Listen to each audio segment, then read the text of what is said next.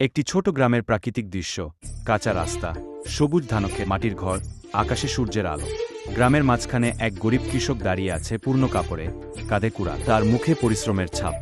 কৃষক তার একমাত্র নারকেল গাছের দিকে তাকিয়ে আছে ভালোবাসার দৃষ্টিতে। পাশে ছোট একটা জুড়ি, আর কৃষক গাছের গোড়ায় পানি ঢালছে।